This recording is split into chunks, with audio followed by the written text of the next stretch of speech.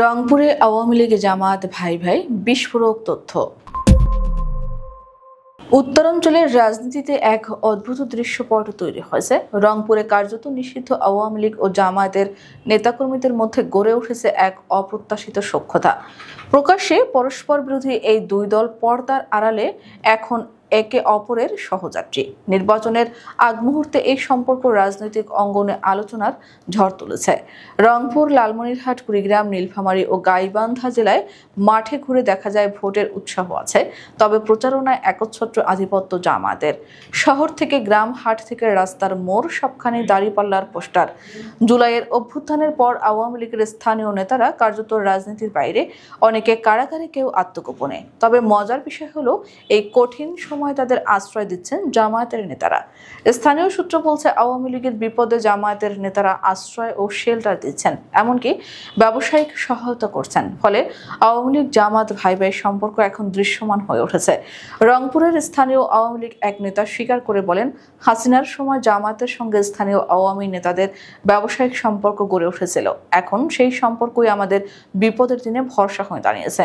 রাজনৈতিক বিশ্লেষকেরা বলছেন, আওয়ামী লীগের স্থানীয় পর্যায়ের দুর্বলতা ও জামায়াতের সাংগঠনিক দক্ষতা এই অস্বাভাবিক বন্ধুত্বের পেছনের প্রধান কারণ। জামায়াত এখন রংপুরের রাজনীতিতে এক নতুন গণভিত্তি তৈরি করতে যাচ্ছে, যেখানে তাদের পাশে আছে অনেক সাবেক আওয়ামী কর্মী। জামায়াতের প্রার্থীরা শহীদ আবু সাইদ ও মীর মাহফুজুর রহমান মুগ্ধের নামে স্লোগান তুলে শহীদদের মর্যাদা দিচ্ছেন, যা তরুণ ভোটারদের আকৃষ্ট করছে। রংপুর শহর জুড়ে জামায়াতের পোস্টার টানানো, কিন্তু কোথাও আওয়ামী লীগের অস্তিত্ব নেই। এ দৃশ্য এখন সাধারণ মানুষের আলোচনার বিষয়।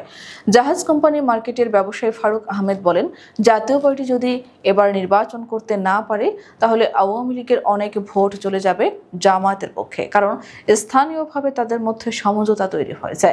রংপুর শহরের সাংস্কৃতিক অঙ্গনেও নির্বাচন নিয়ে উত্তেজনা তুঙ্গে। টাউন হলের এক নাট্যকর্মী বলেন, জামায়াতের প্রচারণা কৌশল অনেক বেশি সংগঠিত, বিএনপি এদিক থেকে অনেক পিছিয়ে। তার মতে, রংপুরে বিএনপির দুর্বলতা দূর করতে হলে অবিলম্বে নির্বাচনী মাঠে নামতে হবে। আরেক সাংস্কৃতিক কর্মী বলেন, মানুষ এখন এমন প্রার্থী চায় যাকে ভোট দিলে সংসদে দেখা যাবে। ব্যবসায়ী বা টাকার জোরে কেউ নির্বাচিত হলে সেটা গণতন্ত্রের পর্যায়ে। রাজনৈতিক পর্যবেক্ষকরা মনে করছেন, উত্তরাঞ্চলের এই সমীকরণ কেবল স্থানীয় নয়, এটি জাতীয় রাজনীতিতেও প্রভাব ফেলতে পারে। এক সময়ের চিরশত্রু আওয়ামী লীগ ও জামায়াতের এই নীরব সহযোগিতা ইঙ্গিত দিচ্ছে নতুন রাজনৈতিক বাস্তবতার দিকে, যেখানে দলীয় মতাদর্শ নয়, টিকে থাকা এখন প্রধান লক্ষ্য। রংপুরের রাজনৈতিক অঙ্গনে তাই প্রশ্ন উঠেছে, এই আওয়ামী জামায়াত ভাই ভাই সম্পর্ক সাময়িক, নাকি এটি ভবিষ্যতের রাজনীতির নতুন অধ্যায় হয়ে উঠবে? শিশু নিউজ ডেস্ক।